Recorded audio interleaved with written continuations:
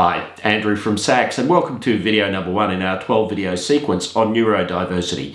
In this sequence, what we're doing is we're showing you how to access the benefits of both diversity and specifically neurodiversity, and to ensure that it's going to be a positive experience for the neurodiverse individual, him or herself, as well as for the rest of your staff, and to ensure productivity. You'll see that the topics that we're dealing with in this 12 video sequence are very diverse, but in this specific one, we're talking about the nature of neurodiversity. What exactly do we mean by neurodiversity? What we're talking about here is a different way of thinking, seeing and interacting with the world, and there's a range of different forms of neurodiversity. We mentioned things like autism spectrum disorder, ADHD, we're talking about dyslexia, dyspraxia, Tourette syndrome and other neurological differences. And we're moving away from the medical model. And the medical model treats neurodivergency kind of like a set of symptoms for which there is a disease or a problem.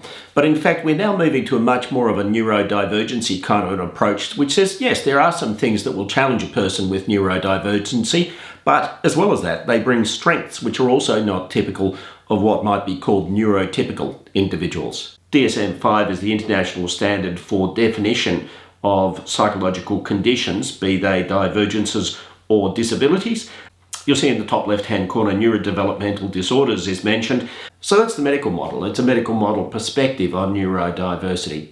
For this presentation, and by that I mean the 12 videos that we've prepared for you, we're going to focus on the four most common neurodivergencies, and that's dyslexia, developmental coordination disorder, attention deficit hyperactivity disorder, and autism spectrum disorder. Now, there are a range of other neurodivergencies that we don't deal with in this sequence, and the reason for that is purely and simply that statistically they're really quite rare. Some categories of these definitions would also include mental ill health and include that on the list, so we have separate content on that topic. And so we'll be talking about neurodiversity in its balanced sense, about the fact that it brings limitations in certain characteristics, but it also brings benefits. If you find this content helpful, then like and subscribe.